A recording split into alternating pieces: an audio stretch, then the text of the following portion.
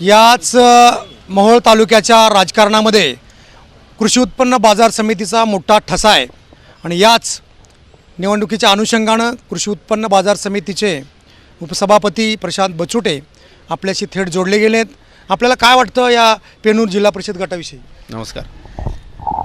पेनूर जिल्हा परिषद गटाची निवडणूक आज अर्ज भराचा शेवटचा दिवस होता. सर्वांनी अर्ज दाखल केलेले आहेत. आम्ही पण भारतीय जनता पार्टी या पक्षातर्फे मोहोळ तालुक्याचे नेते राजनजी मालक, बाळराजे पाटील, अजिंक्य राणा पाटील, माजी आमदार यशवंत मानेसाहेब यांच्या मार्गदर्शनाखाली भव्य दिव्य अशा रॅलीने आज रामदास चौरे यांचा अर्ज दाखल केलेला आहे. आणि ही निवडणूक रामदासभाईचं जे व्हिजन आहे की मागच्या 5 वर्षापासून त्यांनी सर्वसामान्यांचे प्रश्न अगदी मनापासून सोडवलेले आहेत. कुठलाही त्यांचा वाढदिवसाच्या निमित्तानं त्यांनी असे वाजवी उपक्रम न राबवता गोरगरिबांना वह्या वाटप असेल, शाळेतले विधायक उपक्रम राबवून विद्यार्थ्यांना शालेय वह्या असतील, शालेय साहित्य असेल किंवा अन्य गोरगरीब गरजूंना मदत असेल, चष्मे वाटप असेल, आरोग्य शिबिर असतील किंवा डोळे तपासणी शिबिर या माध्यमातून त्यांनी 5 वर्ष काम केलेलं आहे. त्यामुळे त्यांचा विजय हा 5,000च्या पुढे होणार यात म्हणजे कुठलीही शक्यता तिळमात्र शंका आम्हालाच नव्हे तर विरोधकांना सुद्धा तेवढी खात्री झालेली आहे आजच्या रॅलीने.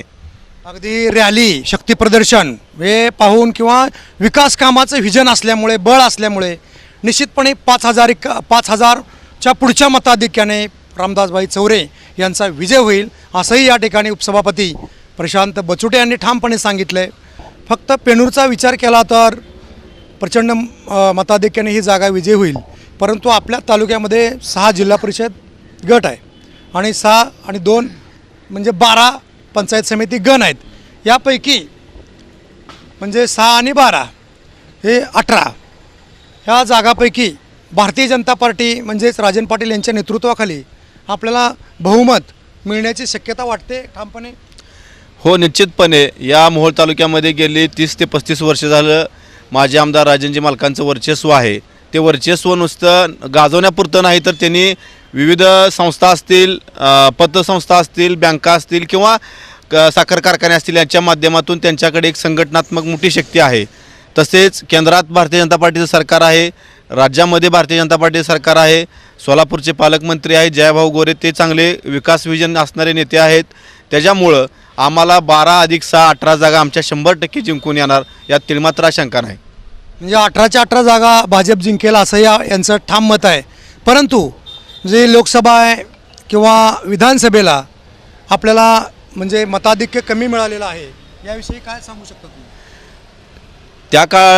ते कारणं त्या काळची वेगवेगळी कारणं होती. पण आजचा जर विचार केला तर भारतीय जनता पार्टी राज्यात आणि केंद्रात सत्तेत आहे आणि आम्ही मागच्या दोन्ही निवडणुकीला भारतीय जनता पार्टीबरोबर नव्हतो. आमची ताकद अधिक भारतीय जनता पार्टीची ताकद याच्यामुळे 12 अधिक 6 18 जागा आम्ही जिंकून येणार. मागच्या वेळेचं राजकारण म्हणजे वारं किंवा त्यावेळेस यांचा राष्ट्रवादी पक्ष होता.